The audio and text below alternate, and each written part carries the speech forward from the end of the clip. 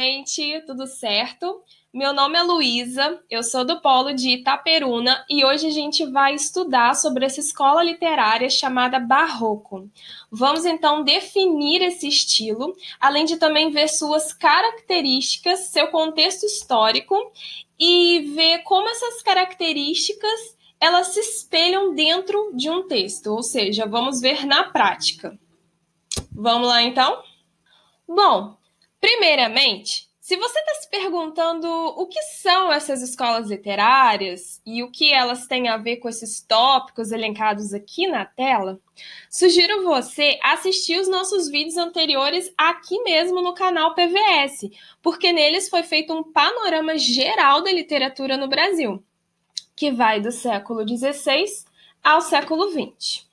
Então, pensando nisso, para refrescar sua memória, trouxemos uma linha do tempo contendo todas as escolas literárias e suas datas de início. Por agora, só nos interessa o Barroco. Se nos interessa o Barroco, você pode perceber ali no segundo tracinho da esquerda para a direita o estilo.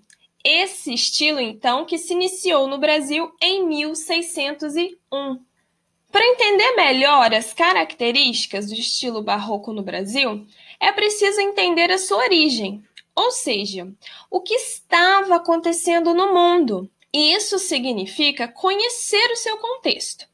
Iniciaremos então com a Reforma Protestante, em 1517. Bom, ela ocorreu por meio de Martinho Lutero, um monge católico que estava descontente com várias práticas da Igreja Católica. Com isso, ele escreveu 95 teses de protesto contra o abuso da Igreja, gerando o abandono de vários fiéis. Isso fez com que acontecesse a ruptura da unidade católica no Ocidente. Ou seja, a Igreja era forte e então ficou fraca. Logo, houve o renascimento dos valores antropocêntricos clássicos. Isso significa dizer que houve, então, a afirmação da capacidade e poder na realização do homem. A Reforma Protestante provocou a Contra-Reforma em 1545. A Igreja Católica se reuniu, formando o Concílio de Trento, para discutir medidas a fim de reafirmar seus dogmas. Algumas medidas foram, olha aí no slide, a Inquisição, a Companhia de Jesus e o Index Liprorum Prohibitorum. Temos aí do lado uma imagem desse índex. Traduzindo livremente, significa Índice dos Livros Proibidos. Esse índice era um tipo de lista que tinha várias publicações consideradas heréticas e lascivas.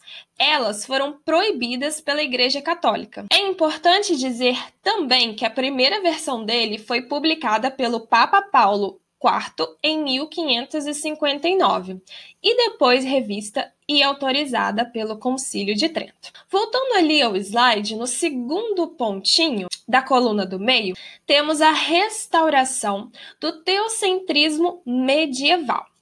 Esse pensamento, ele tem a ideia de que Deus é colocado no centro das preocupações humanas. Vamos lá. Então, diante dessa dualidade de pensamentos, nasce o Barroco. Com essa palavra dualidade, eu quis dizer que é um contraste de ideias.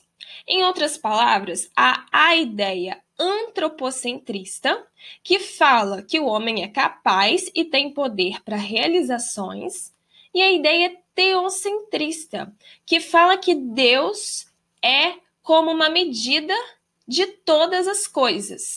Para continuar na linha de raciocínio, observe essa característica da arte barroca, a dualidade nessas pinturas. Olha a primeira pintura, a lição de anatomia do Dr. Tup. Nós podemos perceber o contraste entre luz e sombra, claro e escuro, vida e morte. Na pintura abaixo, a última ceia, nós vemos Jesus e Judas, simbolizando, respectivamente, amor e traição. E também vemos o contraste entre claro e escuro. Vamos ver agora mais características do estilo barroco. Olha esse primeiro ponto. Dúvida entre viver prazeres terrenos e levar uma existência virtuosa. Bom, isso quer dizer que o homem barroco vivia na dúvida entre viver o aqui e o agora. Essa ideia faz a gente lembrar da expressão carpe diem, que está logo abaixo. Significa aproveite o dia. Então, voltando, o homem barroco vivia na dúvida entre viver o aqui e o agora, e a ideia de culpa e medo pela punição divina, que é a ideia da contra-reforma. No segundo pontinho, já comentamos sobre essa expressão carpe diem, que significa aproveite o dia. Agora, ali no terceiro pontinho, expressão de um conflito existencial. Homem imerso em intenso conflito na profunda incerteza e angústia. Ou seja, o homem barroco, ele vivia dentro desse pensamento, dentro dessa dúvida. Ou seja, dentro de sua cabeça, esse conflito existencial. No quarto ponto, temos os recursos estilísticos mais recorrentes do barroco. O primeiro, figuras de linguagem. Temos, então, a antítese e o paradoxo. Mas observem que existem mais figuras que ainda se destacam, como a metáfora, o quiasmo, a anáfora, as inversões sintáticas, que é o hipérbato, e o paralelismo. Temos também como recurso estilístico o cultismo, que significa jogo de palavras, e o conceptismo, jogo de ideias. Falaremos mais sobre esses estilos mais à frente. Principais autores. Aqui é importante ter em mente que o marco inicial do barroco literário no Brasil se deu com a publicação do poema épico Prosopopeia de Bento Teixeira em 1601. A prosopopeia, ela narra as aventuras de Jorge d'Albuquerque Coelho, o governador da capitania de Pernambuco. Temos também os maiores representantes do barroco brasileiro. O primeiro deles, Gregório de Matos. Esse homem criou poesias religiosas, amorosas, eróticas, filosóficas e satíricas. Apelidado de Boca do Inferno, Gregório de Matos denunciou os desmandos da administração pública e a hipocrisia dos religiosos. Ou seja, ele teve esse apelido porque ele era muito ríspido ao se expressar sobre o que ele acreditava. Ele tinha a língua afiada. No segundo ponto, Padre Antônio Vieira. Ele escreveu sermões dotados de metáforas, antíteses e outros recursos estilísticos com a intenção de convencer o leitor. Estudo do texto, Gregório de Matos. Não vamos ler o texto todo no momento, mas você pode pausar o vídeo para ler com mais calma, ok? Então, prosseguindo, o texto é um soneto de lírica religiosa, que, resumindo, tem como temática o eu lírico, racionalizando sobre o perdão, dirigindo-se a Jesus. Seu propósito é que o pecar é finito, ou seja, tem limites, mas o amor de Deus é infinito. Por isso, apesar de grave delito, há possibilidade de ser perdoado. Podemos perceber agora, no segundo quarteto, os versos 2 e 3. Temos a figura do paralelismo com a repetição de em cuja lei protesto de viver, em cuja santa lei hei de morrer.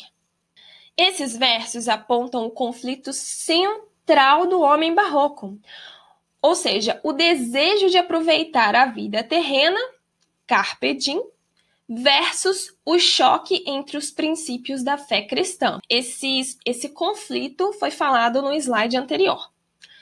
Perceba agora, no segundo quarteto, o verso 6. Existe uma relação conflitante com a morte. Anoitecer, escuro. Observe, pois vejo a vida anoitecer. Agora, no primeiro e segundo tercetos, há o conflito central do homem barroco também. Oposição entre pecado e perdão. Existe aqui o uso de antítese, a aproximação de contrários. Observe esse verso. Muito grande é o vosso amor, perdão, e o meu delito, ou seja, pecado. Podemos perceber que o soneto faz uso do cultismo, o jogo de palavras. O cultismo busca rebuscar, descrever, detalhar, ornar a linguagem, confrontando palavras com seus contrários. Viver, morrer, pecar, salvar, finito, infinito, delito e amor. Agora, para esse slide, temos aqui mais 2 exemplos de trabalhos de Gregório de Matos, O Boca do Inferno. Uma lírica amorosa e também temos uma sátira. Você pode pausar o vídeo novamente para ler com mais calma, ok? Estudo do texto, Padre Antônio Vieira. Aqui temos um fragmento do Sermão da Sexagésima. Podemos perceber que o autor faz uso do conceptismo, jogo de ideias. O conceptismo é quando ocorre uma racionalidade lógica que articula argumentos. Predomina a concisão da linguagem. Vamos observar isso nas partes sublinhadas. Se tanto se semeia a palavra de Deus, como é tão pouco o fruto? Se a palavra de Deus é tão poderosa, se a palavra de Deus tem hoje tantos pregadores, por que não vemos hoje nenhum fruto da palavra de Deus? O autor quer convencer o leitor de seus argumentos. Esse é seu jogo de ideias aqui. Também se percebem figuras de linguagem no sermão, como metáforas e comparações. Semeadores são como pregadores. Palavra de Deus é como semente. Bom fruto significa boas ações dos homens. Do texto para a imagem, pintura, escultura e arquitetura. Vamos analisar agora como são as imagens barrocas.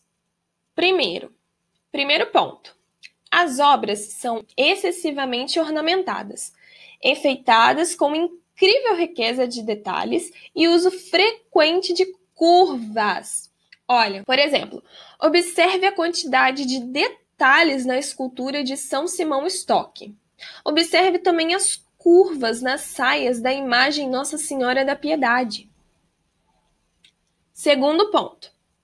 As imagens exprimem movimento e dramaticidade, com roupas esvoaçantes e expressões retorcidas, revelando sentimentos de angústia, dor, pavor e etc.